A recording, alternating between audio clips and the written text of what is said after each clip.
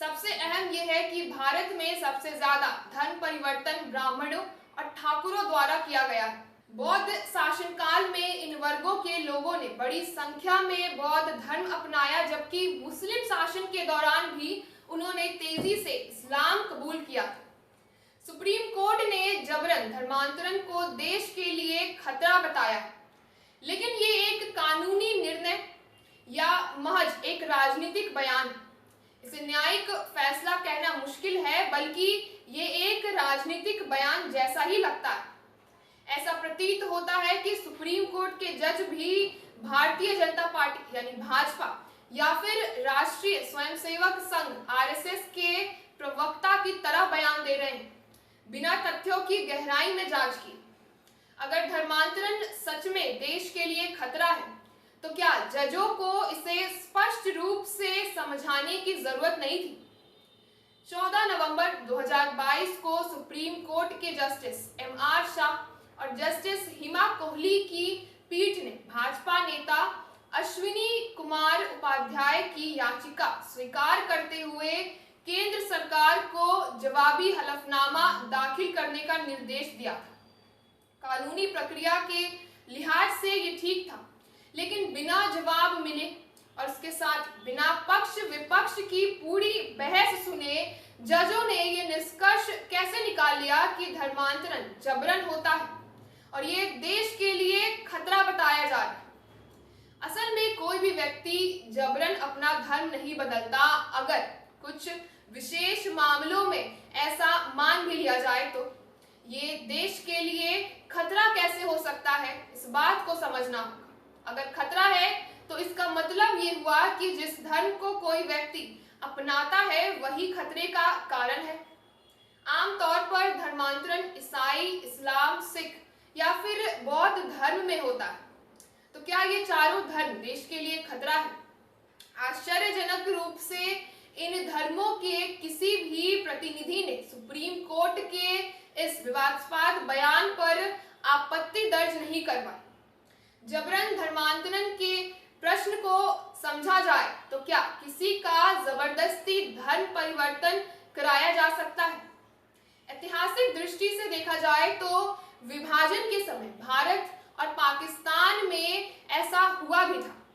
खास तौर पर महिलाओं के साथ ये देखा गया था।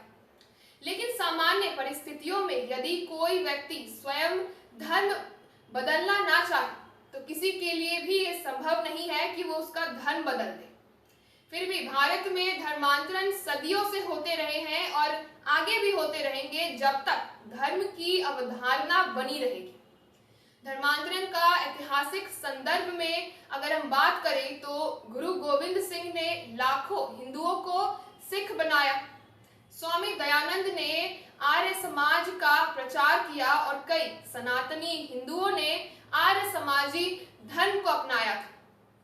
ये भी धर्मांतरण का ही एक रूप दिखाई देता है, हालांकि ये जबरन नहीं किया गया था।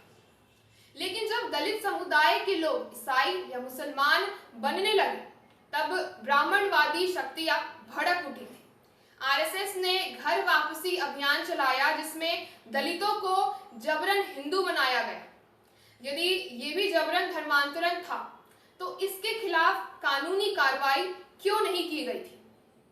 सुप्रीम कोर्ट और ब्राह्मणवादी मानसिकता को समझा जाए तो सुप्रीम कोर्ट के जजों ने धर्मांतरण को देश के लिए खतरा बताया, लेकिन ये बयान वास्तव में हिंदुत्ववादी वर्ण व्यवस्था को बचाने के लिए दिया गया था, न कि देश हित में दिया गया था। प्रेमचंद की ये कहानी सौभाग्य के कोड़े का अगर उदाहरण हम समझे तो कैसे दलितों को हिंदू धर्म में रहने के लिए मजबूर किया जाता है ये कहानी बताती है। भले ही उन्हें वहां अमानवीय व्यवहार झेलना पड़े। धर्मांतरण विरोध और ब्राह्मणवादी एजेंडा की अगर हम बात करें तो हिंदू समाज दलितों को हिंदू बनाए रखना चाहता है ताकि वे सवर्णों की अधीनता में बने रहे।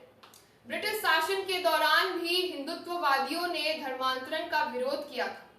डॉक्टर अंबेडकर ने स्पष्ट कहा था कि हिंदू समाज को अपनी संख्या बढ़ाने के बजाय जातिवाद को खत्म करने पर ध्यान देना चाहिए। लेकिन उन्होंने ऐसा कभी किया ही नहीं था। हिंदू नेताओं का असली डर ये रहा कि अगर दलित, उनके साथ ही आदिवासी, ईसाई या मुस्लिम बन गए तो हिंदू अल्पसंख्यक हो जाएंगे। आजादी के बाद जबरन धर्मांतरण रोकने के लिए संवैधानिक प्रावधान किए गए, लेकिन आरएसएस और भाजपा शासित सरकारों ने इस पर कठोर कानून बनाए थे। 1999 में सोनिया गांधी के बहाने ईसाई चर्चों पर हमले किए गए और मुस्लिम मदरसों के खिलाफ गलत प्रचार किया गया। 2020 में उत्तर प्रदेश में धर्मांतरण विरोधी कानून बनाया गया, जिसमें दलितों के धर्मांतरण पर अधिक कठोर सजा का प्रावधान किया गया ताकि वे हिंदू धर्म में ही बंधे रहे। भारत में धर्मांतरण विरोध की असल वजह सामाजिक समानता का डर बताया जाता है। सवर्ण हिंदू नहीं चाहते कि दलित और आदिवासी स्वतंत्र रूप से अपनी धार्मिक पहचान चुन सके, क्योंकि इससे उनकी सामाजिक और उसके साथ ही सुप्रीमेसी पर एक खतरा पैदा हो सकता है। तो ये थी धर्मांतरण की कहानी जो हमने आपको बताई। ऐसे तमाम खबरों के लिए आप जुड़े रहिए हमारे साथ और देखते रहिए आगाज।